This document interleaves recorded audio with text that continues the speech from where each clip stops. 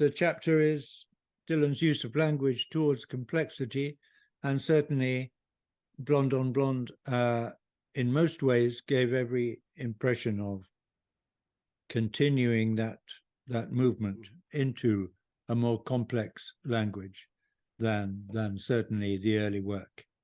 I do remember, though, when I first heard it, which was in New York City. I was in New York in 1966 for the first time, and I saw Blonde on Blonde in a shop window and bought it. And when I first played it in this apartment that I was allowed to stay in, a lot of it seemed quite simple. A lot of it seemed more like pop music than he had ever done before. There's a lot more sort of songs about baby and love and stuff, you know. But that's just the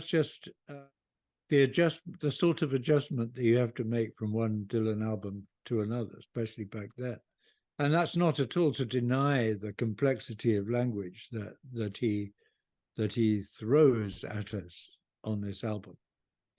It just seemed, partly because it was just so hip, you know.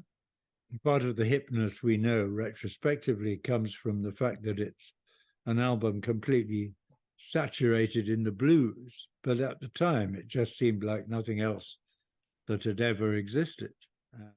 It brought up, among other things, and this is partly my disquiet about its popness, perhaps, to start with. One of the things it does is it challenges what people still thought of as a great divide between high culture and popular culture. You know, when a song like Visions of Johanna starts saying, the one with the mustache said, "Geez, I can't find my knees."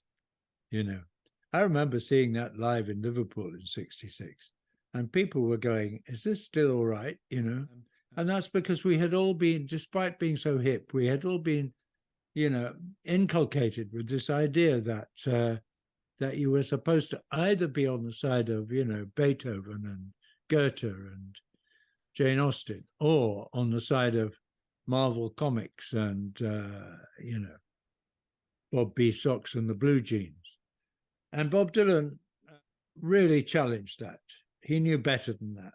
But I think in knowing better than that, he owed a lot to the Beat Poets, because they had been doing that earlier.